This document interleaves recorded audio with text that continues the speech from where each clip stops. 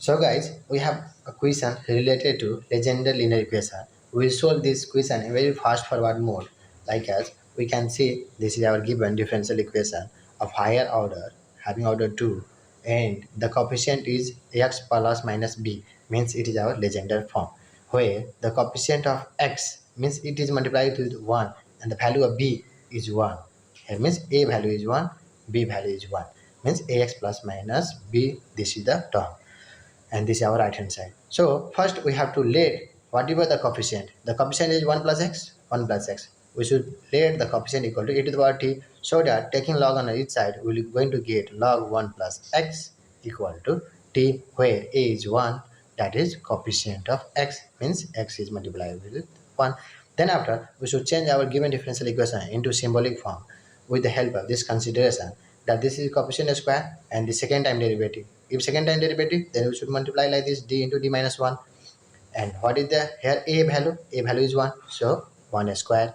And this we got d into d minus 1 into y, means here is y extra, so y is also here.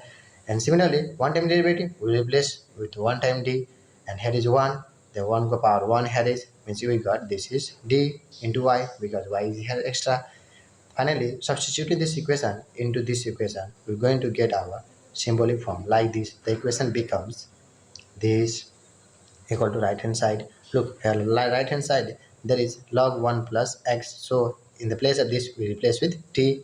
So it becomes sine t instead of sine log 1 plus x. It becomes sine t. So this become our symbolic form equal to right hand side. Now from here we will solve according to our general method. Just the new thing was here how to solve, how to assume. So after letting the coefficient equal to t, we got log value. Then after we change it into symbolic form, thus we get our symbolic equation. Then after we're going to get here our auxiliary equation. The same process as we have done. Means we will take y common. Then we will equate the coefficient of y equal to 0. You know the process because you came out to here. Now finally we're going to solve our auxiliary equation and we calculate the value of d, which we got plus minus I, means that is imaginary. So we'll write CF for our imaginary, which is given by e to the power alpha t bracket c1 cos beta t plus c2 sin beta t, means this is our CF. Here we are using t variable because in right hand side there is t, so we are using t variable. Here is t. If here at the right hand side if there is x, then we will use x variable instead of t. Finally we got our CF, this one after placing the value of alpha and beta, then we got this value. Similarly we're going to find our pi value. Pi means right hand side divided by function of d. And what are the function of d? And this was the function of d, which was just simplified up to here.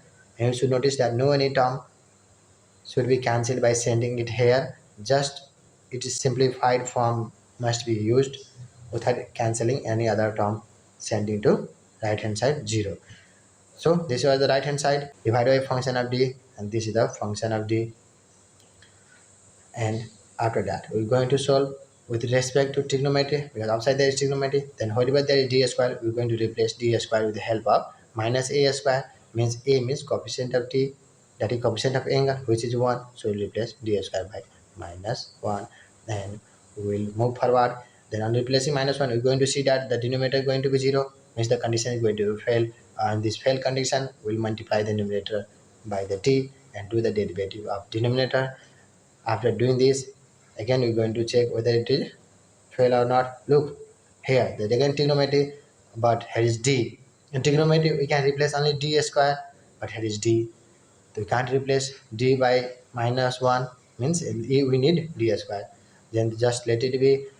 And we know if d is in denominator, then we should have to do integration like this. D in denominator, either do integration or do rationalization. Look here, the t is multiplied, then it will not be taken considered into antiderivative. Okay, just the term trigonometry will be taken into account for the antiderivative. Finally on doing antiderivative we get our required pi value. Let's check it by rationalization. So this was our term, means we had multiplied it by t, and after doing rationalization we got denominator d square, so we replace t square with the help of minus a square, which is minus 1. Then we can see d is on the numerator, then we have to do derivative of the numerator. Then we did derivative of just only sine t. Then we got this much value, same answer. Either you solve it by integration or either you solve by its rationalization. Since the t was multiplied, so it was not taken into account for integration, and just the trigonometrical term was done integration. So we got our pi and we got our CF. Then finally complete solution CS is equal to CF plus pi. So this much was for today.